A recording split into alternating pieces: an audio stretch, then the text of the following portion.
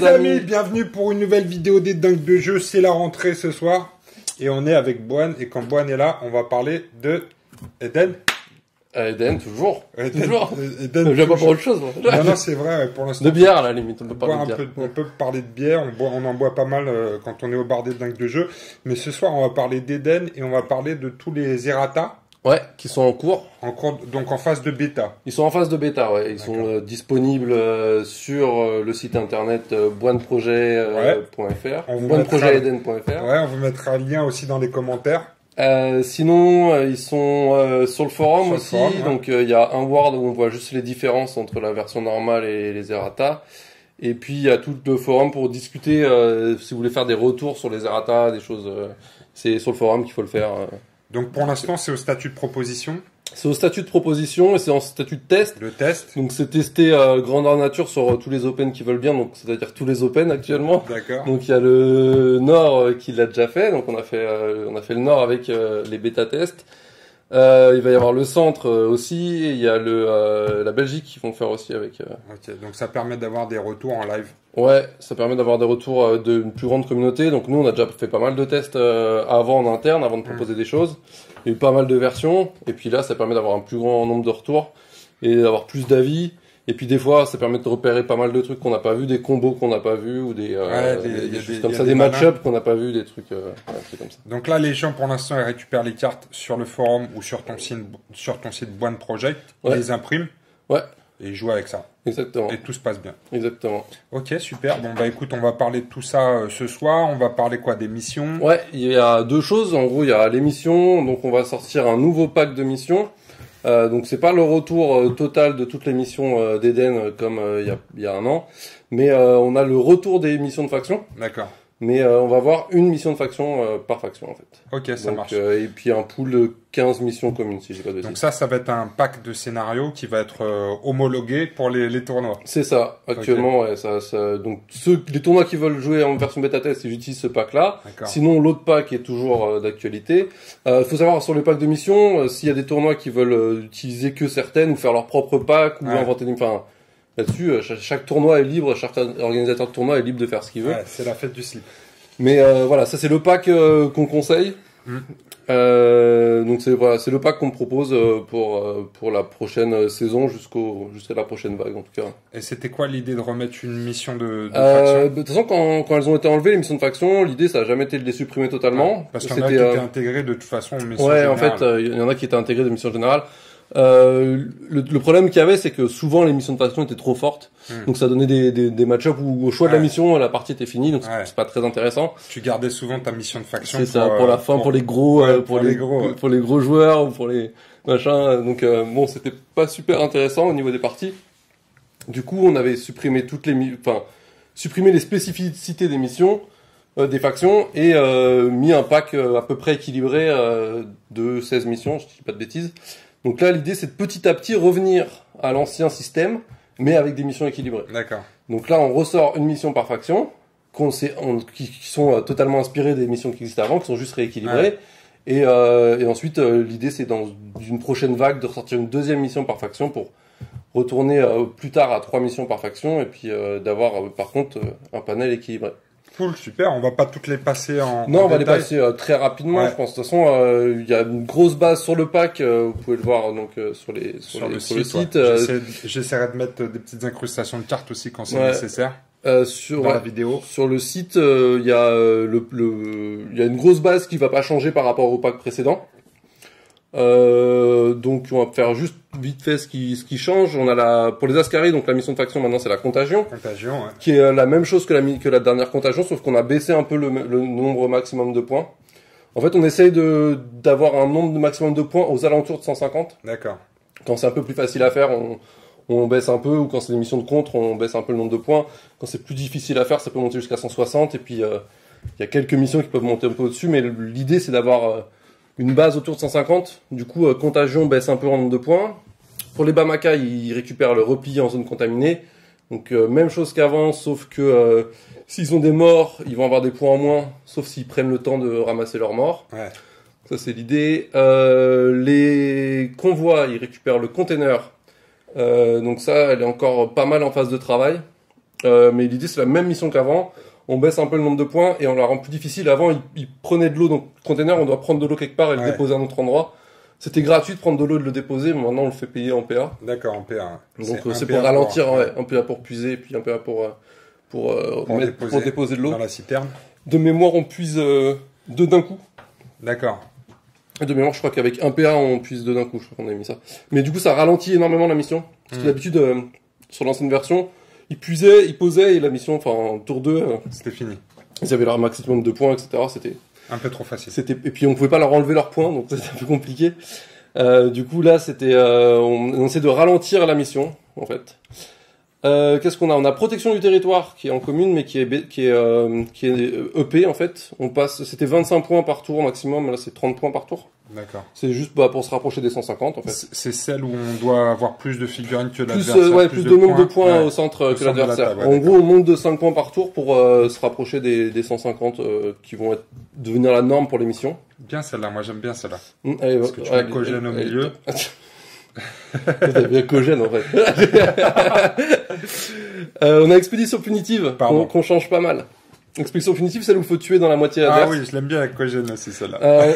Le souci d'expédition punitive, enfin le souci qu'on trouvait sur l'ancienne version, c'est que des fois tu tues quelqu'un au tour 1, et puis quand au 5e tour tu dois compter les points, tu sais plus trop s'il était dans la moitié adverse ou pas, ou puis des fois t'es pas totalement d'accord. C'est une mission qui est cachée, donc tu vas pas dire à ton mec non mais tu te rappelleras que je t'ai tué dans ta moitié. Exactement, donc c'est un peu compliqué. Donc maintenant ce qu'on a fait, c'est que à n'importe quel moment on peut la révéler. D'accord. Et à partir du moment où on la révèle, les personnes qu'on tue dans la moitié adverse marquent 20 points. On est passé de 15 points à 20 points. Ok. Du coup, l'adversaire sait, ça permet de compter facilement les points, tout le monde est d'accord sur si on est dans la moitié ou pas. Ouais. Et on peut choisir de pas la révéler, et si on la révèle pas, je crois qu'on marque quelques points à la fin, 25 points. Si elle est toujours pas révélée à la fin de la partie. D'accord. Du coup, si tu penses que tu vas tuer qu'une figurine dans le camp adverse, tu dis je la révèle pas parce que ça me fera 20 points. Mal, ça, tu peux et je la garde cachée. Et sinon, si tu dis, après celle-là, je vais en tuer une autre, tu la révèles et tu marques, tu vas marquer pour la figurine que tu tues et puis tu peux marquer pour d'autres figurines. Et celle-là, notamment, c'est typiquement le genre de missions qui sont dures à caper en nombre de points max. L'Open de Lee, j'ai fait 200 points dessus, donc on n'est pas encore capé sur les 150. Mais l'adversaire, au moins, a le choix de pouvoir traverser le milieu de terrain pour enlever des points. À qui est-ce que t'as mis 200 points? Vas-y, balance les dossiers. Il est trop sympa, il veut pas balancer les dossiers. Non. Qu'est-ce qu'on a comme errate? On a la survie en milieu hostile qui revient. Alors, le gros défaut qu'avait la mission, c'est que souvent ça ressemble à un bunker, à quelqu'un qui se met dans un coin et qui marque ses 100 points. C'est une mission de pleutre, ça. C'est un peu ça, et maintenant ce qu'on a voulu faire, c'est essayer de la rendre un peu plus dynamique. Du coup, pour avoir, quand t'es dans ta moitié de terrain, t'as que 10 points par mec. Par contre, si tu passes la moitié de terrain, là, tu marques la valeur en points de ton mec. Et si tu arrives dans la zone adverse, tu marques la valeur plus 10. Ok. Alors, il y a des conditions, faut pas être blessé, machin truc, donc il y a quelques petites conditions en plus.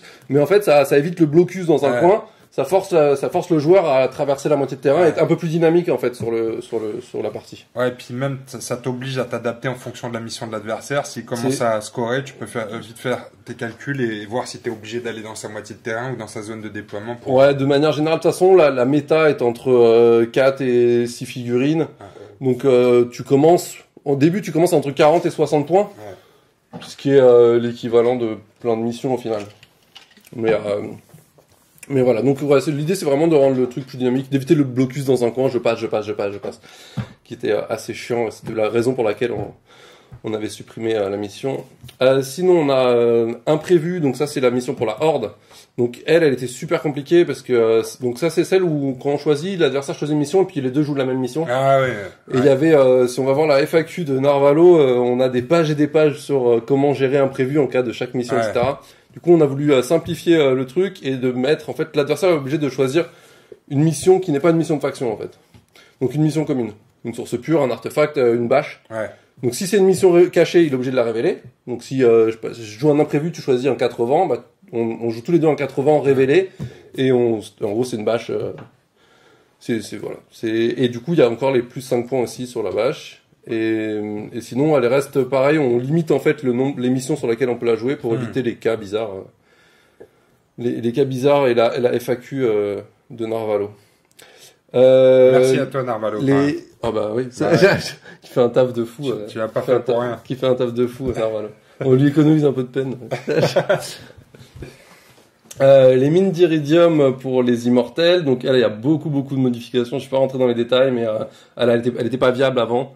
Il y avait des missions qui étaient retirées parce qu'elles étaient trop fortes, celle-là a été retirée parce qu'elle était trop faible. Donc on a essayé de la EP un petit peu, on va voir ce que ça donne. On n'a pas vu d'immortels dans le nord, j'espère qu'il y en aura dans le centre qui vont tester la mission. Du coup celle-là on manque un peu de retour, elle est encore en travail aussi. Il y a la cam pour les jokers. Donc ça, il n'y a pas de changement par rapport à avant, juste on a refait le wording, parce que pour ramasser... si, pas de raison. Mais en fait, pour ramasser, c'était pas des capacités d'action, donc c'était pas contrable par le coup bas. Enfin, en gros, c'était une mission qui avait vieilli au niveau du wording. Ah, d'accord. Du coup, on la met juste à jour sur le wording, mais sinon, il n'y a rien qui change. Garde rapprochée pour les matriarcats, donc c'est celle où tu choisis une sœur, elle doit traverser la moitié de terrain. Ouais. Donc celle-là, on la nerf au niveau des nombres de points, mais sinon elle reste c'est la même mission qu'avant. On a les 7 cercles de l'enfer en ange de Dante, donc la mission prise de tête par excellent tag. Je m'en rappelle. Donc celle-là, on l'a totalement avec tous les péchés exactement. Ouais, ça c'était compliqué à programmer. Et ben on a essayé de garder le principe, donc on reste sur une bâche. Le but c'est de tuer l'adversaire.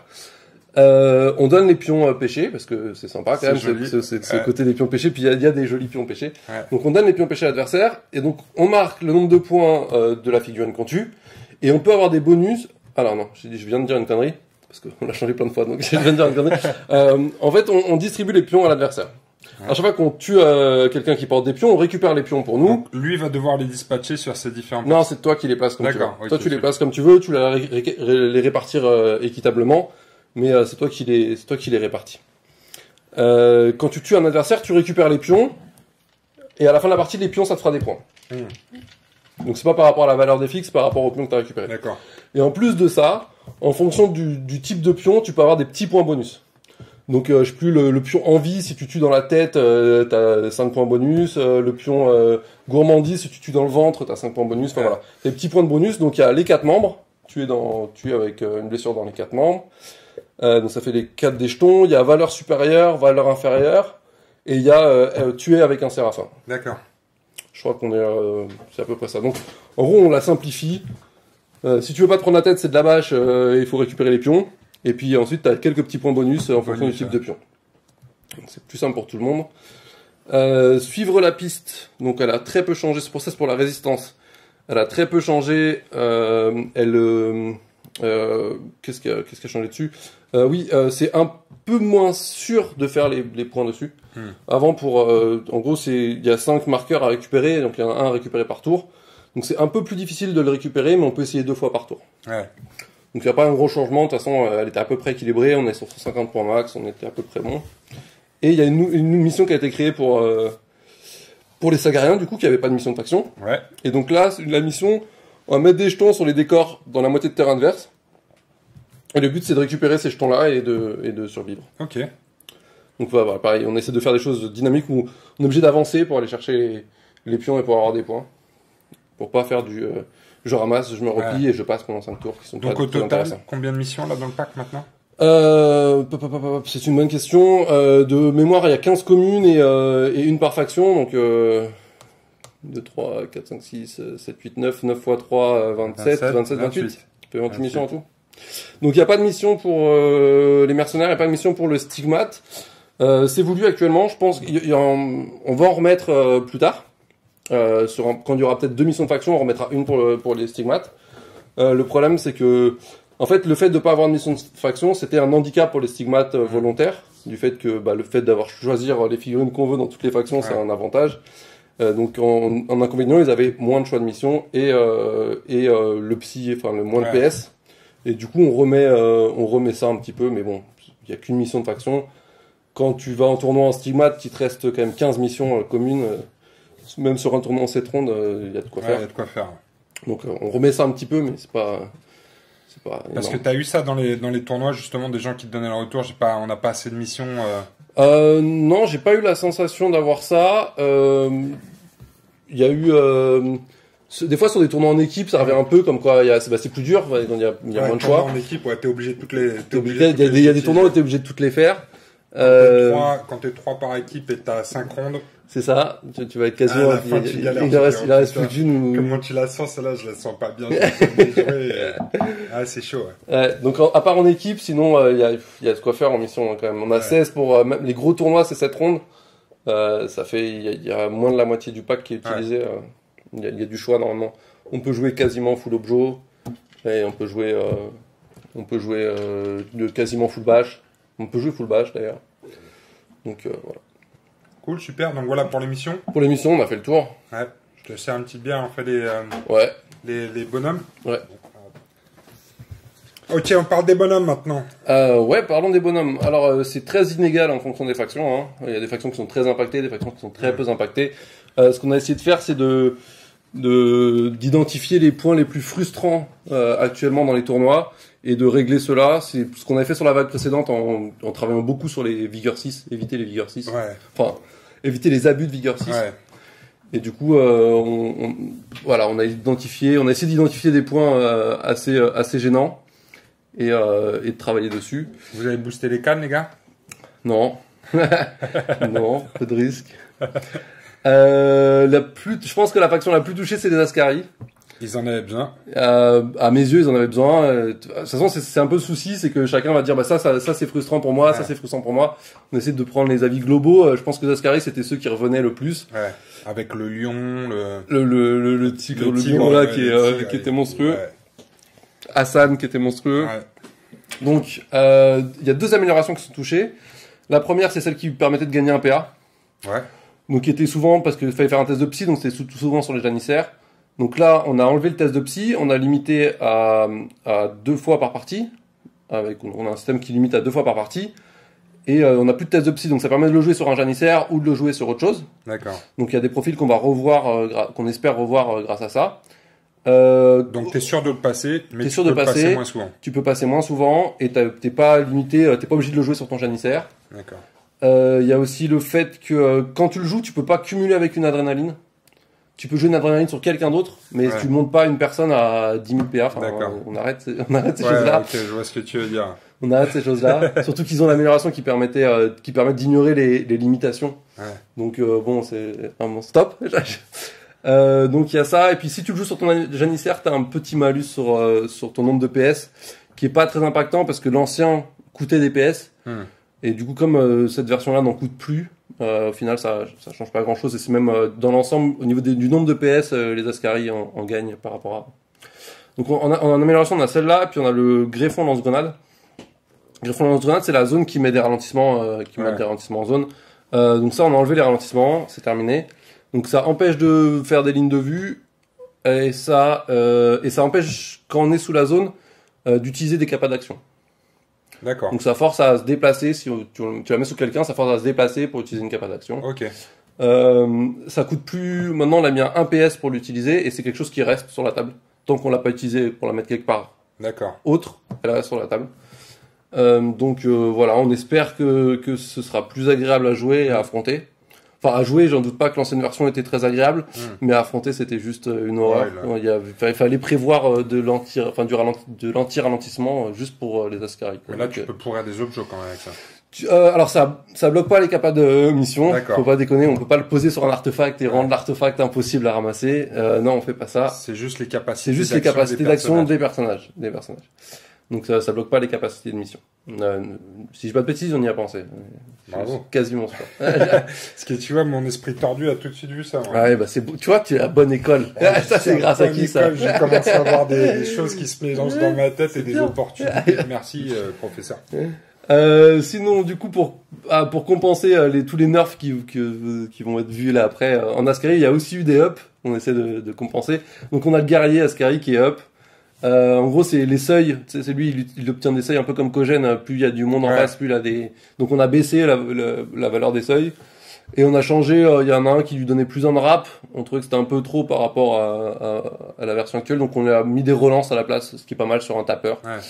Donc voilà, le premier ça lui donne plus un de combat, donc il a 7 de combat.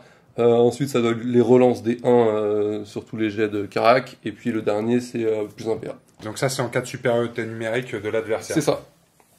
C'est ça. Donc voilà, un petit boost du guerrier, on espère le revoir. Parce qu'en Ascari, en général, on joue en 3 4 figurines maximum. Bah, en fait, il y avait une grosse... Enfin, avant, ça se jouait en 3 figurines. Maintenant, ça se joue beaucoup en 4 ou 5 figurines. D'accord. Du coup, on aimerait aussi revoir le gameplay 3 figurines. Du coup, voilà, c'est une des raisons pour lesquelles dans les hubs, on a choisi le guerrier, parce que on s'est dit, bah, c'est normalement une arme quand tu joues à 3 figurines. Et du coup, c'est pour ça qu'on l'a up lui et qu'on voulait le revoir. On a up l'Ifrit aussi, ça fait longtemps qu'il était réclamé, le up de l'Ifrit. Ouais. Du coup, qu'est-ce qu'on lui a mis? On lui a mis la même chose que Thor, donc lui, quand il crame, il se prend un marqueur brûlure. Ouais. Et ensuite, donc là, on lui a mis le même truc que Thor, quand il tape, il peut donner le marqueur il peut donner un pion état à la personne qui frappe. Ok. Du coup, ça marche sur son brûlure, ça marche quand tu fais une adrénaline, tu prends un ralentissement, ça marche sur le ralentissement. L'arcabut donne des poisons, donc ça, tu peux mettre des poisons sur lui et puis la donner à l'adversaire. Voilà, il y a plein de choses à faire avec. Il y a eu ça, et puis on l'a un peu protégé contre les brûlures. Voilà, donc les brûlures font 1 point de moins. Enfin, un dé de moins contre quand il fait ses propres jets de brûlures. Donc au lieu de 3, tu jettes 2. Tu jettes 2 dés pour faire ses propres brûlures. Et pour finir, on lui a mis le kérosène, donc les brûlures sont pas retirées à la phase d'intendance. Je sais plus s'il l'avait déjà ou si on lui a rajouté celui-là, mais bon, il a le kérosène, le truc qui est souvent un joker. Les brûlures sont pas retirées, et puis moins 1 de protect sur les brûlures. Il me semble qu'on l'a rajouté. Hein. C'est la capacité de mât, c'est ça? Ouais, c'est la capacité de mât. J'ai écouté. Hein. Ouais, c'est impressionnant. C'est peut-être parce que je vais me la prendre dans les chicots. Après avoir vu tout ça, on va essayer de se faire une petite partie avec Boile, si on est dans les temps. On a Faim, on fait juste un tout petit changement, c'est que le plus 3, tu sais, il a un truc qui booste une bête en lui mettant plus 3, puis elle meurt à la fin du tour. Ouais. Et ben on passe à la version comme les Salgariens, donc plus 2. Et au lieu que ça se fasse au début du tour, ça se fait en actif. Ça fait pas une grosse différence, mais c'est un peu plus agréable à affronter. Plus 3, c'était quand même beaucoup. Du coup, on a changé le coup aussi. Et puis on l'a mis que ça terminait à la fin du tour. Parce qu'il y avait une grosse combo avec l'Algoul c'est ça, qui mourait et qui revenait avec ses bonus et qui mourait plus, etc. Donc voilà, donc ça là, il peut revenir, mais il a plus les bonus. Il peut revenir, mais il a plus les bonus. On arrête cette chose. C'est hérésie. On arrête cette chose-là tout de suite. Hassan qui a un gros chantier qu'on vient de changer là il y a 3 jours et que du coup on espère un gros chantier. Un gros chantier, on l'a refondu. Énormément de discussions. Énormément de discussions, plein d'essais dans tous les sens. On n'est jamais content de ce qu'on a eu. Là, on a une version qui nous plaît à peu près. Alors, elle est peut-être légèrement à retravailler. Donc, on lui a mis le commandement déjà, donc qui peut permettre de réactiver quelqu'un qui a déjà été activé. On lui a mis 2 cartes tactiques. Alors, on lui a mis la même chose. En fait, Aisha permettait de faire des esquives gratuites. Donc, tu dépenses une carte tactique, tu fais une esquive gratuite. Et ben lui, on lui a mis la même chose, mais avec des ripostes. Mais pour 2 cartes tactiques au lieu d'une, parce qu'il faut pas déconner. Et puis avec une portée aussi parce que Aisha devrait avoir une portée, mais on va pas irrater Aisha pour lui mettre une portée juste. Donc lui, on le fait directement avec une portée de 20 cm, qui est déjà tout à fait correct. Mais ça permet d'avoir des ripostes gratuites et c'est. Donc il peut le faire aussi sur des figurines du camp, quoi. Il est pas obligé de faire ça sur lui. Ah, il peut même pas le faire sur lui-même. Ah d'accord, ok. C'est pour les alliés peuvent riposter.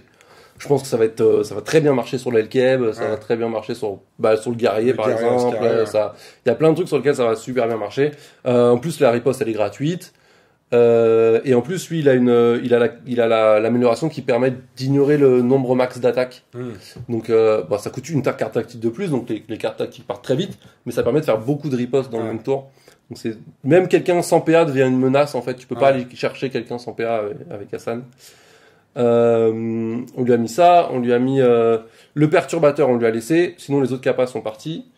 Et on lui a mis une dernière, en fait, c'est une capa qui permet de supprimer des améliorations à quelqu'un, à un de ses alliés ou à lui-même, et de lui donner un bonus en échange. D'accord. Donc il perd son amélioration pour le reste de la partie, puis on lui donne un bonus. Donc si c'est une amélioration niveau 1, ça lui permet de regagner des cartes tactiques qu'il a perdues, qu'il a défaussées.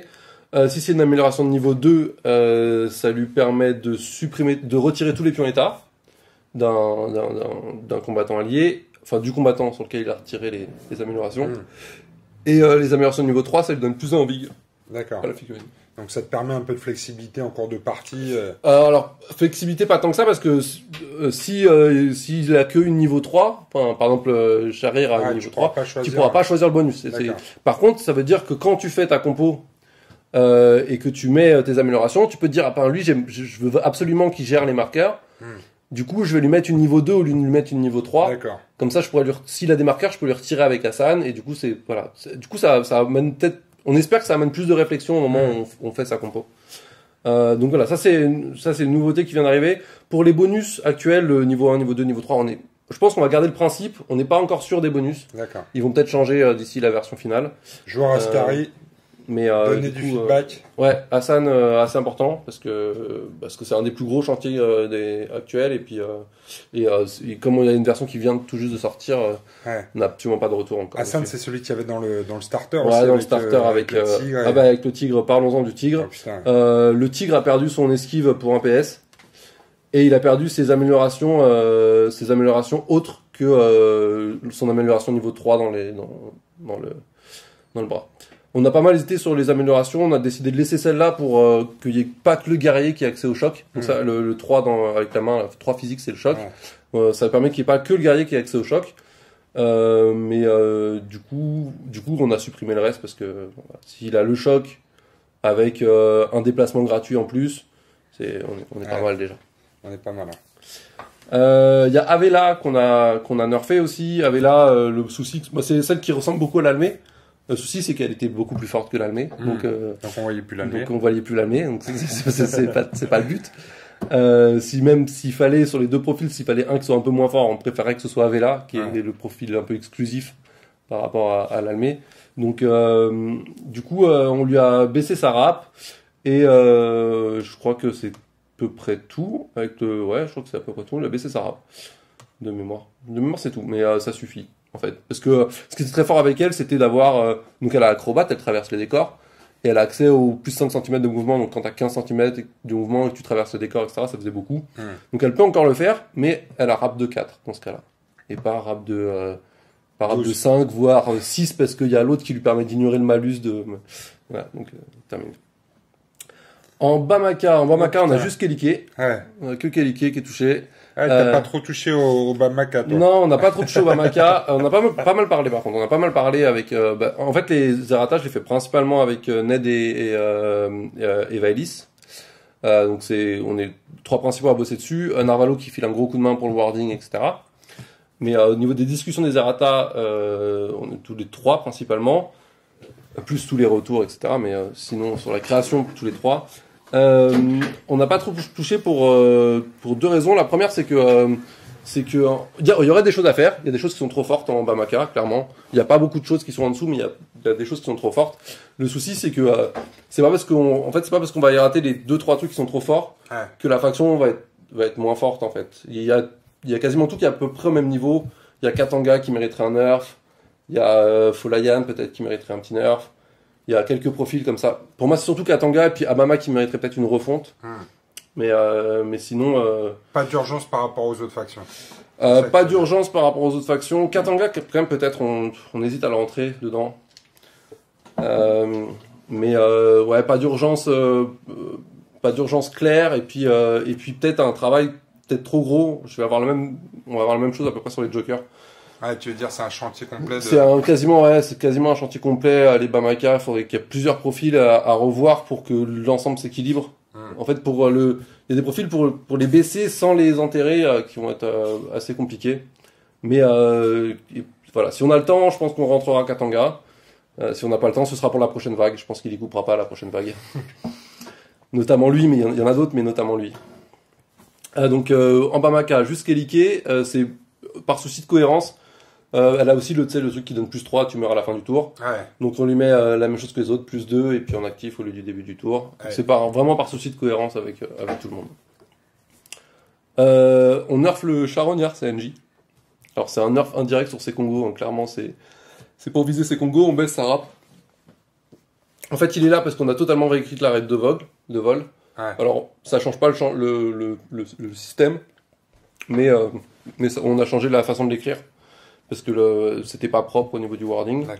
Et puis là, du coup, on en a profité pour baisser la rap du charognard CNJ pour que quand Sekongo l'invoque, on puisse tirer dessus, ou on puisse faire des choses par rapport à ça. Sinon, en convoi, on en avait quasiment pas au début, puis finalement, on en a pas mal qui sont rentrés récemment. Friedrich, on a changé sa capacité de tank. En fait, lui, c'est un peu En fait, on a erraté le boucher, donc on va en parler après, mais on a erraté le boucher. Et comme il a la même capacité de le boucher, on a dit par cohérence, on errate Friedrich. Donc c'est, tu sais, il gagne plus 1 de combat quand il y a quelqu'un qui a plus 1 de vigueur quand il y a quelqu'un qui a le même combat ou un combat supérieur à lui. Bah maintenant, c'est juste supérieur. Donc si quelqu'un a 5 de combat, ça lui monte pas son combat. Il faut avoir 6 de combat pour augmenter sa vigueur. Pour augmenter sa vigueur. Donc ça le rend un peu moins tanky. Pour compenser ça, on lui a mis Vindicatif, donc Vindicatif que tu connais, qui est en canne, machin truc. Donc il engage pour un PA. Ouais, ça c'est très bien ça. Et puis comme il a rué, donc il peut engager quand il est déjà au corps à corps. Ça lui permet vraiment d'être mobile. Il peut réengager en étant déjà au contact, donc, etc. Si tu es engagé au CAC, tu peux engager un autre mec pour un PA. Ouais. T'as pas besoin si t'as besoin quand même de te désengager. Non, parce que comme il a rué, il peut engager alors qu'il est déjà au contact. D'accord. Et il engage pour un PA. Donc, il engage pour un PA, donc voilà. Et donc ça lui permet même de rester au contact du même mec, mais en se déplaçant en fait. Ça va être la seule figurine qui peut faire ça. Pour un PA, il va se déplacer et du coup il va pouvoir se mettre au contact d'une autre personne qui a les 6 de combat pour monter sa vigueur. En fait. Et donc dans ce cas-là, ça s'applique à aux combattants qui sont à tous ceux qui sont au contact. Ok.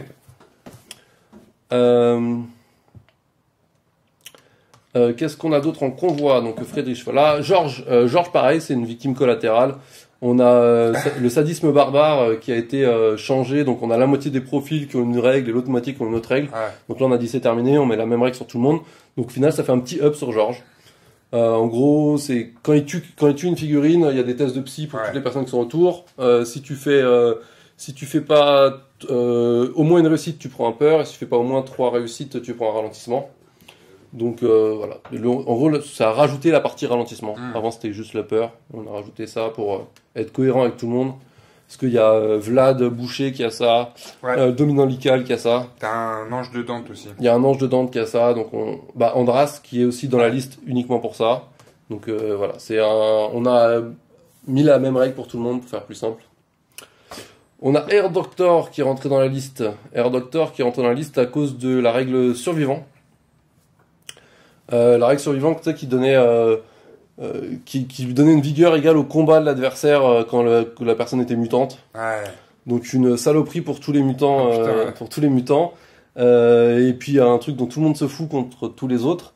Donc on a essayé de faire quelque chose d'un peu plus régulier. Maintenant, à chaque fois qu'il subit une blessure, la première fois qu'il subit une blessure qui doit le tuer, il subit pas les blessures. D'accord. Contre les mutants.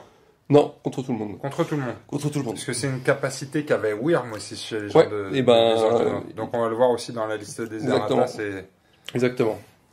C'était un côté un peu frustrant d'Air Doctor, frustrant à jouer parce que tu dis si je le joue à mon tournoi et puis j'affronte 0 mutant, c'est chiant. Ouais. Si j'affronte que des mutants, c'est trop bien. Ouais. Quand t'affrontes un mutant, le mec il chiale en face parce que il peut pas tuer, il chiale en fait.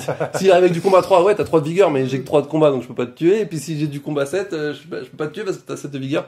Donc pour nous, ça nous a semblé être un profil frustrant dans les deux sens. Ouais. Du coup, on essaie de faire un truc de plus stable et de plus agréable.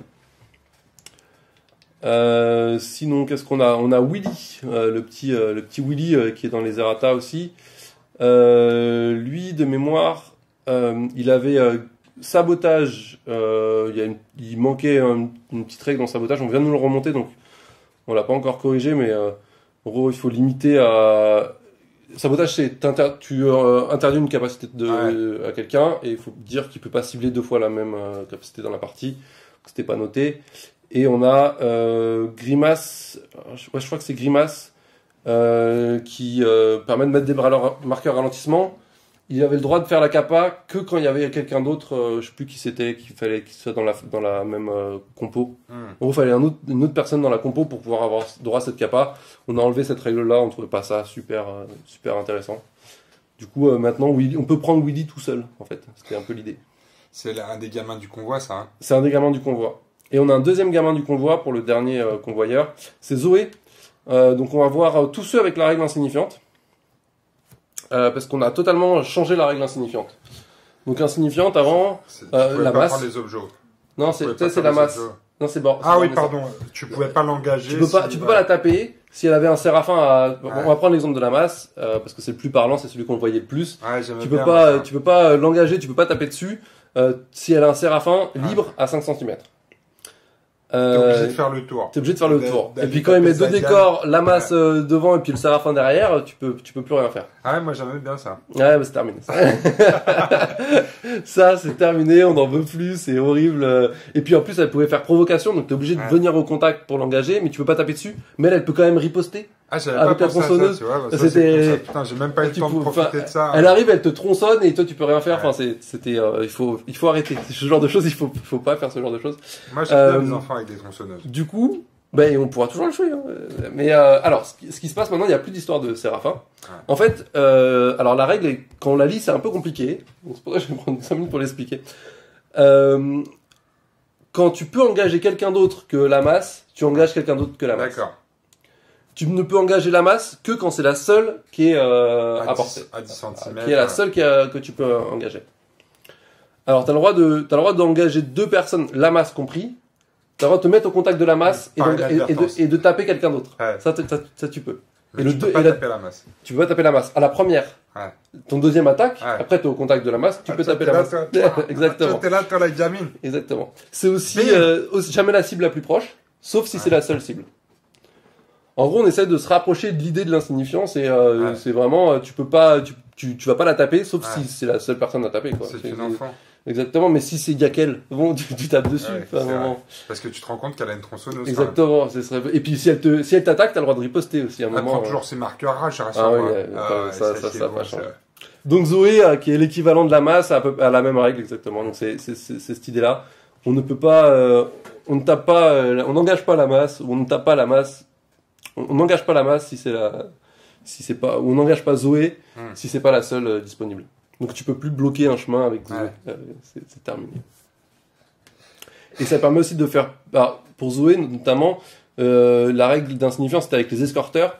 Donc Zoé était forcément avec des escorteurs, alors que maintenant, vu qu'il n'y a pas d'histoire de personnes à 5 cm, etc., tu peux la jouer avec beaucoup plus de compos en fait. Du convoi. Du convoi ou du stigmate ou ce que tu veux. Andras, on passe aux anges de Dante. Andras, on en a parlé, c'est la même chose que Georges. Lamas, on en a parlé, c'est la même chose que Zoé. On a Léviathan qui est là, juste pour une petite correction, c'est une boulette de la vague d'errata précédente qui a jamais été corrigée. Il y a une kappa qui est en actif qui devrait être en passif. D'accord.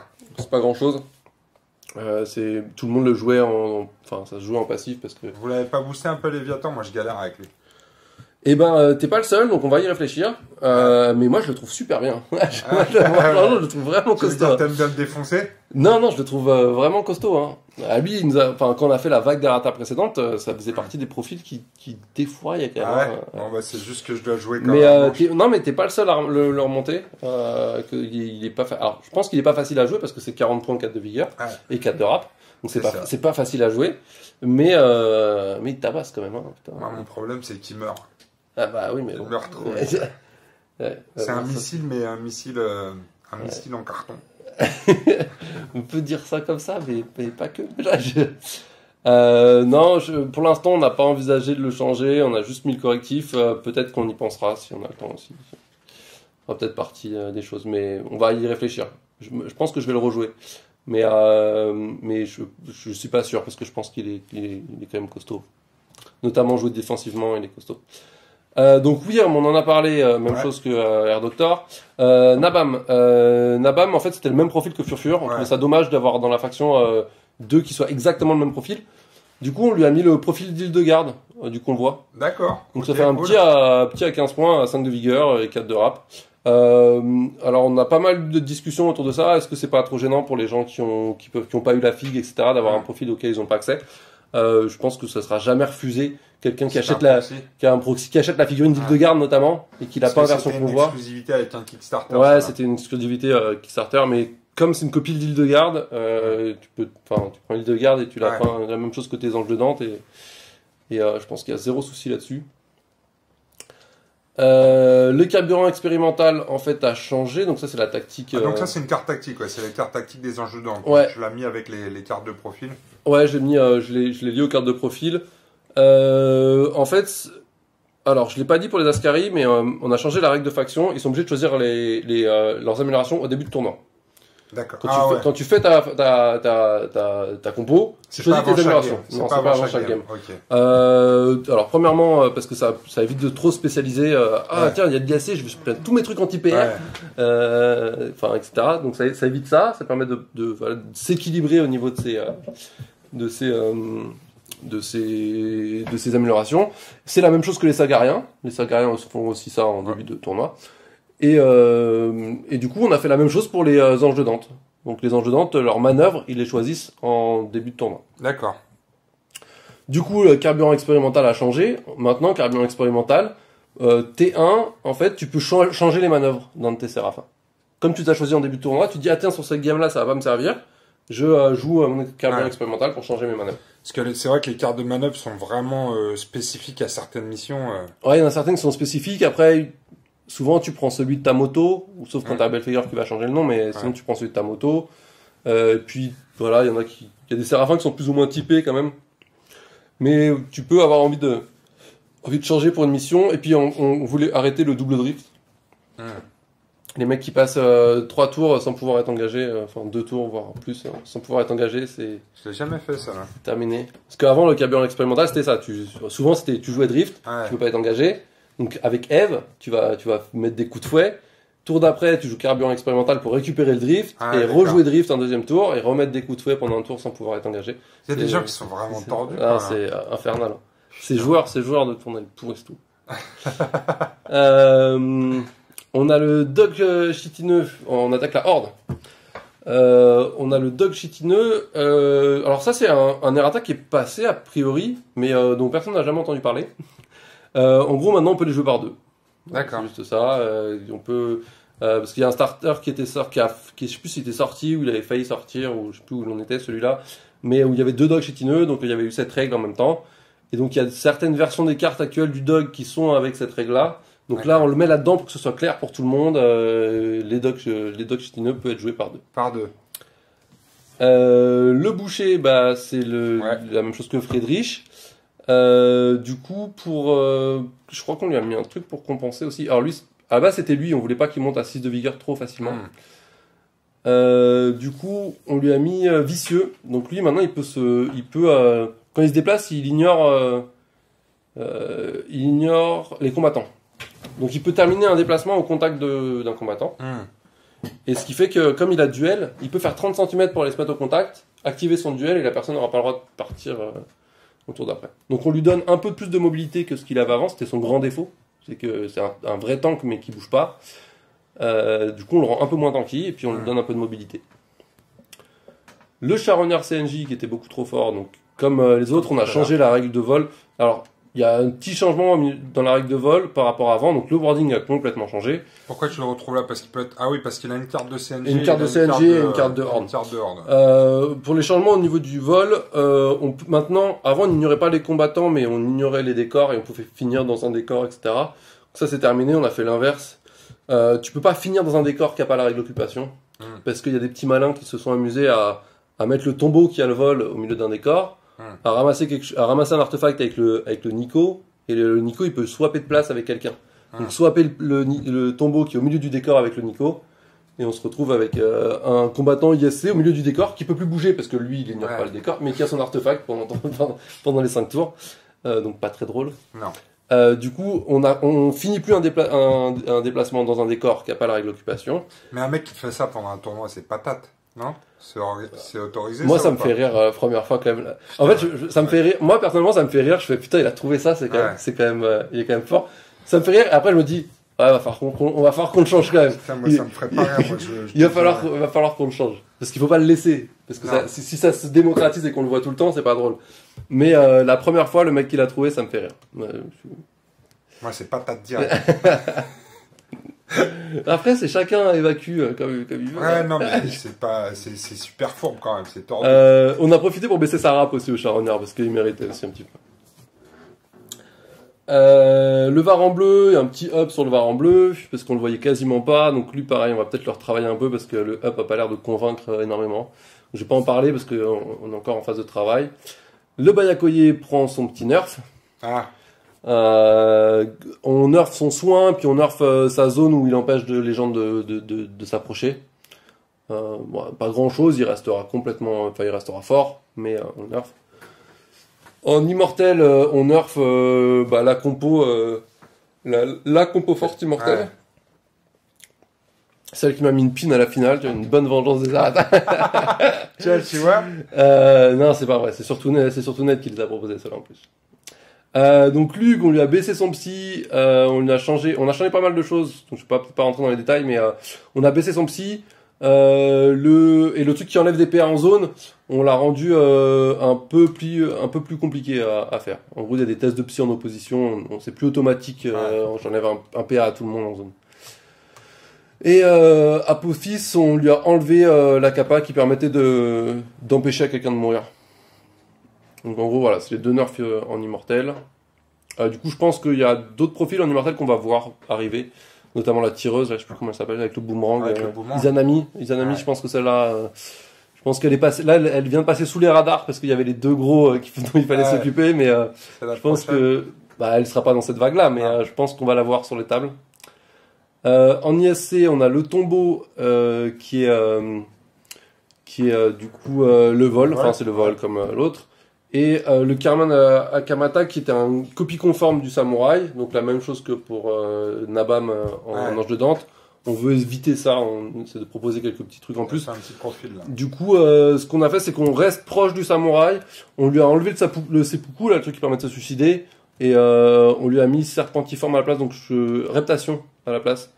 Donc il peut finir une action de déplacement au contact d'un combattant. D'accord, sans que ce soit forcément un engagement. Sans que ce soit un engagement. Voilà, donc c'est une légère modification par rapport au samouraï, pas grand chose. En Joker, alors Joker notamment il n'y a qu'une seule modif. On aurait aimé faire plus de choses, mais en gros ça demandait trop de choses en fait à faire. Joker c'est un peu comme les Bamaka mais dans le sens inverse. Bamaka faudrait presque un nerf un peu global. Joker faudrait un up un peu global. Surtout que maintenant Pok joue plus, on peut y aller parce que lui il faisait de la magie avec ses Jokers. Je sais pas comment il faisait, il défonçait tout avec des Jokers qui sont pas très forts. Du coup fallait pas les EP à l'époque. Mais maintenant qu'il est plus là, on peut up les Jokers. Après sa retraite. Du coup, on a juste up un profil parce que le problème qu'on a actuellement en Joker, c'est qu'on voit Vlad Pyro tout le temps. En fait, il est indispensable quasiment. Du coup, ce qu'on a fait, c'est qu'on s'est dit, l'autre profil à 30 points, on va le up et pour essayer de concurrencer, tu puisses prendre soit l'un, soit l'autre, soit les deux, mais aussi que tu sois pas tout le temps obligé de prendre Vlad Pyro. Du coup, c'est Joseph Svetlana qui chope un petit up et c'est top parce que j'adore ce film. Ah, la figue est mortelle, et c'est vrai qu'on la voyait pas. On la voyait, moi je l'ai jamais vu sur une table de jeu depuis que j'ai commencé à jouer. Ah, si, une fois. Moi, c'est une fois, il y a le compteur qui l'a joué une fois. Une des plus belles figurines des J'adore cette figurine. Qu'est-ce qu'on leur a fait? Alors, on l'a changé très très récemment là. On lui met la même règle que Vlad pour les feux seront avec 4d6 au lieu de 3d6. À 15 cm autour d'eux. Du coup, c'est plus dur, enfin, t'as moins envie forcément de jouer les deux, parce que t'as une règle qui est la même. Voilà, donc on leur a mis ça, et on leur a mis ça à la place du kérosène. On leur a enlevé le kérosène.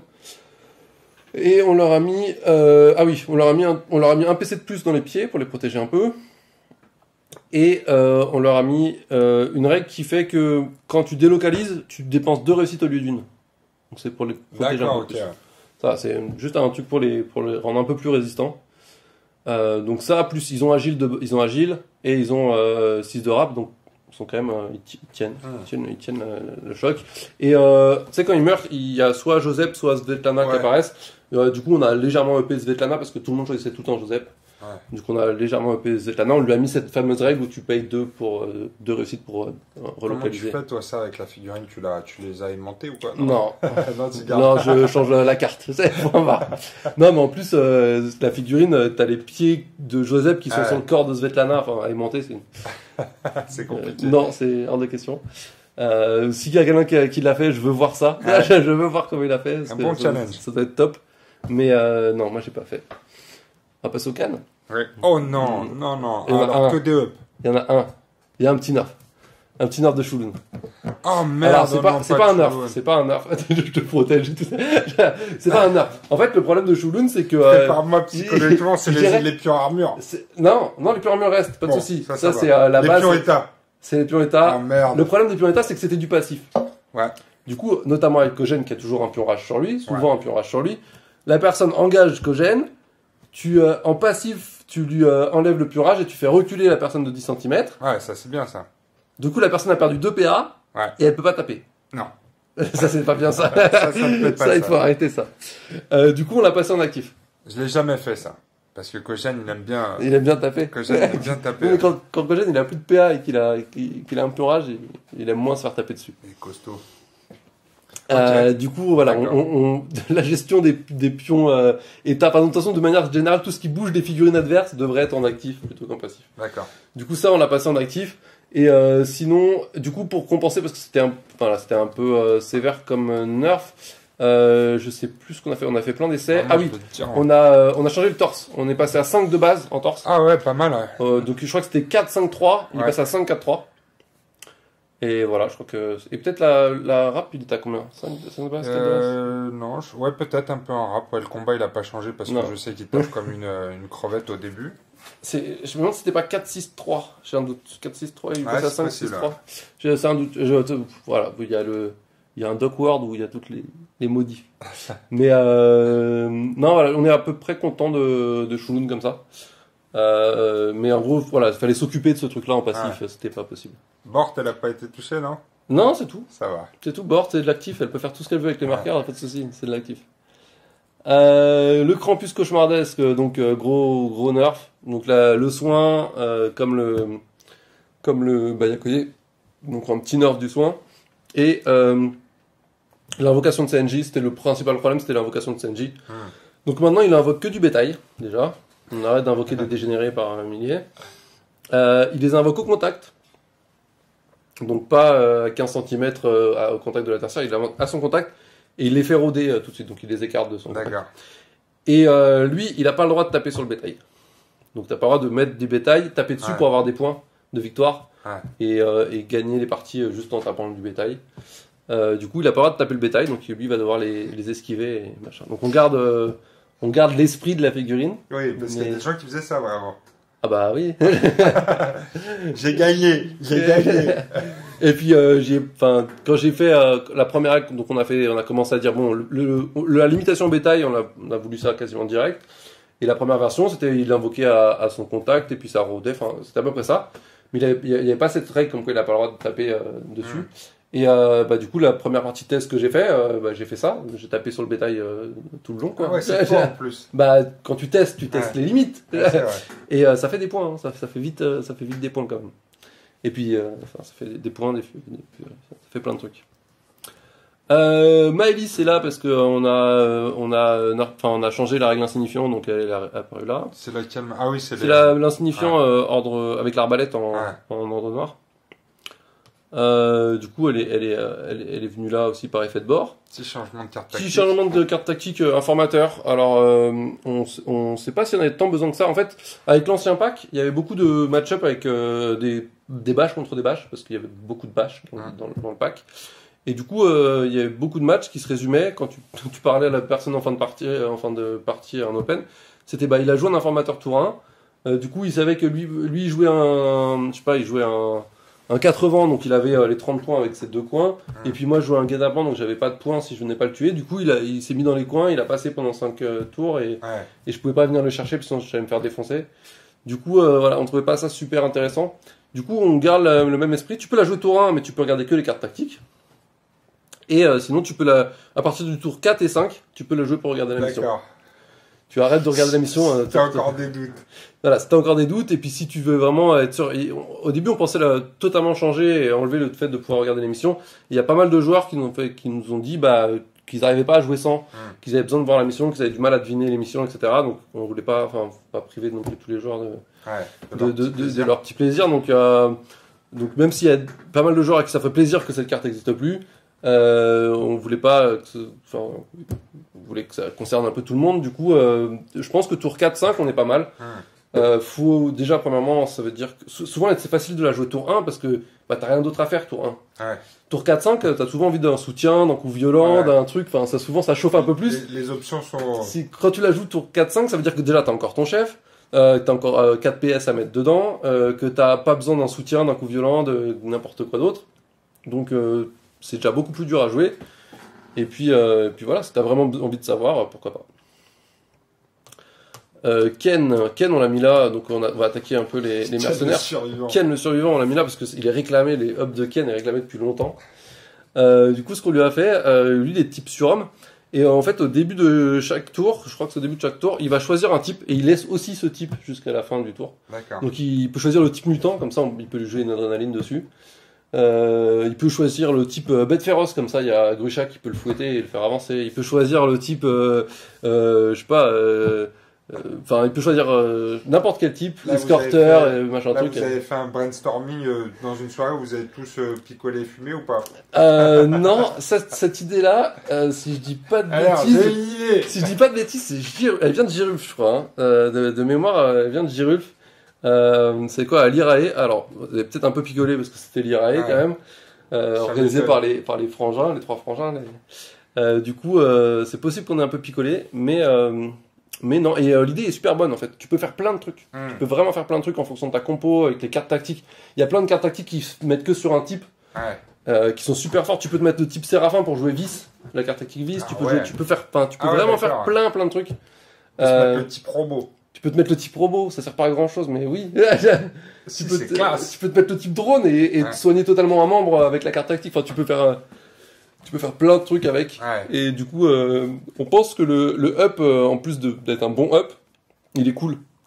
Il permet de faire vraiment plein de trucs et tu peux vraiment te tordre l'esprit en fonction de ta compo, en fonction de plein de trucs. Et puis, l'idée est super bonne, quoi. Sur homme, t'es plus qu'un homme. T'es aussi, c'est fluff. T'es un homme et t'es bête féroce. C'est ça. Hamelin, nerfé parce que beaucoup trop fort. C'est-à-dire qu'il il est apparu quand dès qu'il est sorti, il était interdit en tournoi. Donc il y a un moment où faut se poser des questions. C'est qu'il y avait un problème quelque part. Donc les rats sont maintenant, on peut détruire les rats. Il est passé à 4 de vigueur au lieu de 5 de vigueur. Et puis je crois que c'est tout. Enfin, les rats sont de destruction 1. Du coup, je crois que c'est tout, mais je crois que ça suffit. Ah bah tiens, lui, il a Air d'Amelin notamment. Tous les combattants de type familier ont le droit de faire une action de déplacement gratuite. Tiens, tu joues avec Ken et tu mets Ken type familier. Très bien, et tu bouges un petit coup de flûte pour motiver Ken. Pour bouger Ken. Enfin, voilà, tu peux faire plein de trucs. Les aliens, grosse... Néphilim, moi je vois qu'il y a une bonne brochette de Néphilim. Une bonne brochette de Néphilim. On a fait plein de changements. Up ou down? Alors, up dans la plupart des cas. Sauf up dans la plupart des cas. En gros, on avait plusieurs factions sur lesquelles on hésitait, beaucoup de convois, Joker ou Néphilim. On a voté pour les Néphilim. C'est vrai que tu les vois pas souvent. On les voit jamais. En gros, il y a eu une grosse période où on les voyait tout le temps. On leur a mis une grosse baffe au dernier Zeratab, un peu trop violente. On a nerfé notamment le Varan. Et ça leur fait très très mal parce qu'on n'a pas compensé. Ce qu'on a essayé de faire en Ascari là, on a nerfé des choses qui étaient trop fortes, mais on a essayé de compenser en prenant l'Ifrit, en prenant le guerrier. On a essayé de compenser. Là, eux, ils avaient pris une baffe sans compensation et puis tu rentres chez toi, quoi. Et du coup, on les a jamais, à peine revus. Et on a identifié un souci majeur, c'est qu'il y avait personne à 10 points. T'as une seule personne à 30 points, t'as 2 personnes à 35, une personne à 40, si je dis pas de bêtises. En gros, les points il y a beaucoup de personnes à 25 et 20. D'accord. Et les autres points sont très mal répartis. Du coup, Bodagoon qui était à 25 points, on l'a passé à 30. On l'a EP et passé à 30. Donc lui, c'est celui qui prend les gens dans son filet.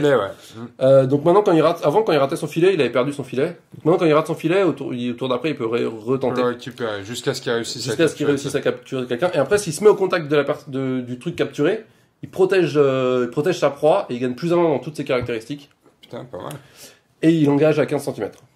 Au lieu d'engager à 10, il engage à 15. Donc c'est le petit le hub de Bodagoon, donc pour 30 points.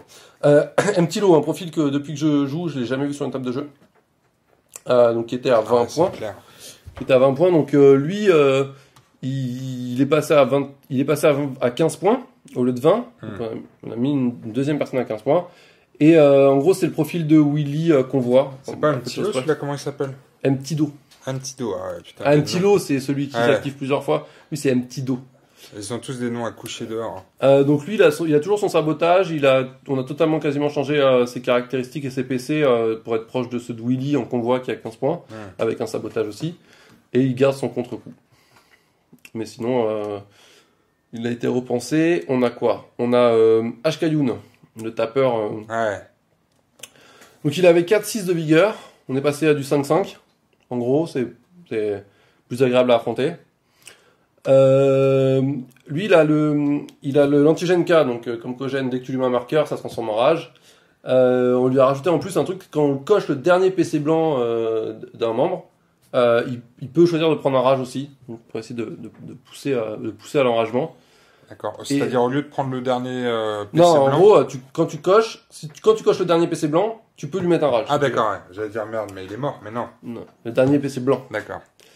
Et on lui a empêché de se suicider en soignant ses potes. Il soigne ses potes et il coche des péchés chez lui. Et tu pouvais te suicider pour pas donner les points à l'adversaire. Donc on a empêché ça. Voilà pour Ashkayun. On a baissé son combat, je crois. Peut-être. Je sais plus. Je crois qu'on a touché à son combat. Ka'irt. Alors Ka'irt, lui c'est le concurrent direct de Ikfaris. Donc Ikfaris on le voit tout le temps. Donc on a décidé de EP Ka'irt pour concurrencer un peu Ikfaris. Ce qui a changé chez lui, donc il y a une kappa qui n'était pas utilisée qui a dégagé. Alors une fois par partie, pour un PA et un PS, on peut donner un PA à quelqu'un. Donc sur les tapeurs style Argamon ou des choses comme ça, c'est très très bien. Il garde les TUAV là, ces trucs qui bloquent les petits robots là. Les petits robots qui bloquent les objectifs. Qui bloquent les objectifs. Et sagesse ancestrale, c'est un truc quand il faisait la règle de base, c'était quand il faisait un jet de caractéristiques, il pouvait prendre un CD qu'il n'avait pas besoin, le garder sur sa carte et le donner à quelqu'un plus tard. Un peu comme une prière, sauf que c'était quand il faisait un jet. Là, c'est n'importe qui, ça coûte un PA par rapport à avant, mais c'est n'importe qui à 15 cm qui fait un jet de caractéristiques, donc même un adversaire. Tu lui voles un dé et tu pourras le redonner à quelqu'un. Cool ça. Ouais, c'est top. Tiens, tu m'attaques, je te vole une de tes réussites, et puis tiens, en esquive, du coup, je me donne la réussite sur mon esquive. Le chiffre. Tu gardes le chiffre et tu la redonnes. Et donc, voilà, ça permet de faire plein de trucs. Et tu peux quand même le faire sur tes propres mecs. Si tu as besoin d'un dé, tu peux le faire sur tes propres mecs. Et une fois par tour, parce qu'il faut pas déconner non plus. Mais bon, ça reste une crevette, 6 de rap, mais ça reste du 3 de vigueur. C'est un chef à 3 de vigueur, donc ça reste une crevette. On a Yakuza qui était à 15 points, qui est passé à 10. Donc elle, c'est un profil qui va être très proche de Dake. Donc à chaque fois qu'elle esquive, elle relance les échecs, et puis elle chope une protection partout. Elle est passée à 10 ? Elle est passée à 10 points. On l'a changé et passé à 10 points en fait. Parce qu'il n'y avait personne à 10 points. Ouais. Du coup, on pouvait pas. Au niveau des choix des compos, c'était assez. C'est un peu frustrant de pas avoir ce petit mec à 10 points. Et puis il n'y avait pas de raison en Nephilim. Il y a des factions qui sont assez logiques parce qu'on veut pas qu'il y ait trop de surnombre. En Nephilim, il n'y avait pas trop de raison qu'il n'y en ait pas un qui permette de varier un peu plus le compos. C'est vrai qu'ils étaient tous à 25. Faire du 25-25, 20-20-10, tu vois, c'est 5 figurines, c'est pas mal. Donc voilà, on a changé le profil pour mettre une personne à 10 points. Et Tekiral, on l'a changé. Alors on a remarqué, c'est le très gros. On a remarqué un truc. Il était très peu joué parce que les Nephilim sont très peu joués. Mais on s'est rendu compte que en fait, tu peux suicider toute ton équipe quand tu veux en fait. Avec lui. Avec la fureur, tu peux suicider vraiment toute ton équipe. Et quand tu veux. Donc ça, avant que ça se mette à être trop joué, on a voulu l'interdire tout de suite. pour pas que l'adversaire fasse 2 points, c'est ça? Ouais, pour empêcher que l'adversaire fasse des points. Faire quelques points et suicider tout le monde. Donc ça, on l'a interdit tout de suite. Donc on a totalement changé la fureur. Donc maintenant, la fureur, en gros, ça peut mettre que un PC partout. Avant, tu mettais un certain nombre de PC, puis chacun cochait où il voulait. Donc quand tu cochais chez toi et que tu voulais te suicider, tu cochais tout un membre et puis... tranquille. T'es mort. Donc maintenant, ça fait un PC partout. Donc c'est une fureur qui est plus stable et qui fait un PC partout sans protec, qui est un équivalent de choc ou quelque chose comme ça. Mais tout le monde à 5 cm. Et on a changé le truc qui faisait des relances, c'était pas de limitation, maintenant on l'a limité à 2 fois par tour. c'était beaucoup. Quand on cumulait lui, plus le soin de HKYun, machin truc, enfin, tu pouvais plus... Mais ses caracs changent pas, par contre. Non, ses caracs changent pas, il garde ça complète, dans l'ensemble, on n'a pas changé. En fait, dans l'ensemble, on n'a pas essayé de trop changer de choses, on a vraiment essayé de d'enlever les trucs frustrants du jeu. C'est vraiment l'idée de la vague, c'est ça. Donc il y a des trucs qui sont apparus en plus, mais l'idée de base, c'est vraiment de virer les trucs frustrants. Valor est là parce que insignifiant et du coup il a par effet de bord. Neo Natedri, donc eux c'est les anciennes versions avant l'errata de Lloyd, Jason et Jimmy. Donc on les met à jour. On les remet à leur version de base. D'accord. Avec une petite modif. Donc pour Natedri, ils prennent moins 1 de vigueur, plus 1 de combat. Et Neo, je crois qu'il garde ses valeurs en blessé. Et il a moins 1 de vigueur, mais il garde ses valeurs en blessé. Je crois, quelque chose comme ça. Ça, on va peut-être les retravailler un peu. Il y a eu pas mal de débats sur avec les retours qu'on a fait. On aimait bien notre idée. Avec les retours qu'on a fait, qu'on nous a fait quand on a montré les errata en public, ça a moins plu. Du coup, je pense qu'on va les retravailler peut-être. On y pense. Ok. Puis là, c'est les 2 cartes tactiques qui permettent de dire tu choisis les améliorations au début et tu choisis tes. D'accord. Okay. Voilà, on a fini. Beau boulot, hein. Ouais, il y en a pas mal au final. À chaque fois, c'est vrai, comme tu disais, c'est un chantier, quoi. Bah ouais, je compte pas mes heures. Mais tu m'étonnes. Je compte pas mes heures. Et toutes les open le week-end pour tester ça. Bah ouais. Sont OP, ouais. Ah ouais, mais ça, voilà, nous moi je fais des tests à la maison et en open, en tournoi, machin, au maximum, on fait le maximum de tests possible. Donc voilà, maintenant c'est à vous de faire des retours, faire des parties et faire des retours, et pas forcément des retours sur la lecture, mais des retours sur un retour de partie, qui sont souvent plus intéressants qu'une idée qu'on se fait du truc. Super, bah écoute, au nom de tous les joueurs d'Eden, merci. Bah de rien. Merci pour le boulot, à toi et à tous ceux qui ont été impliqués dans les errata. Hein. Bah il y a principalement donc je dirais Vaelis, Net the Gob et Narvalo quand même qui a toute la lecture et tout machin. Merci les gars. On vous envoie des bisous. Et on va mettre tout ça en application, on va se faire une petite partie. Cramer ta gueule. Je vais cramer ta gueule, putain. Je sais pas ce qu'on joue encore, mais... Ouais, tu sais, mais t'as une petite idée. Bah non, mais on hésitait entre Joker et Matriarca, donc on verra. On va discuter ça et on se revoit tout de suite avec une game. On va peut-être faire 2 vidéos, on va faire celle-là sur les errata et on vous fera une vidéo de rapport de baston rapport de viol. Ouais, pour ceux que ça intéresse pas trop de savoir ce qui se passe au niveau des errata. Ok, on va tester des nouveaux profils ou pas? Quoi, des profils erratés ou pas? Moi j'en ai amené qu'un, mais si t'as des figues... Ouais, j'ai des figues. Eh ben on peut. Ok, ça marche. Allez, les amis, à bientôt pour une nouvelle vidéo des dingues de jeu. Bonne rentrée Eden, on continue de jouer au jeu, on a les bonhommes, ça reste quand même notre jeu préféré. Ouais, c'est le top. Donc il n'y a pas de raison, on sait qu'en ce moment c'est un peu compliqué pour Epic Games Factory, mais on continue de jouer, on continue les open. De toute façon... Ouais, faut venir au centre, faut venir en Belgique. Faut venir en Belgique. Je crois qu'il reste de la place au centre, c'est très rapidement. Je sais pas quand tu montes la vidéo, mais là c'est genre dans 10 jours. Donc, non, je vais faire très vite.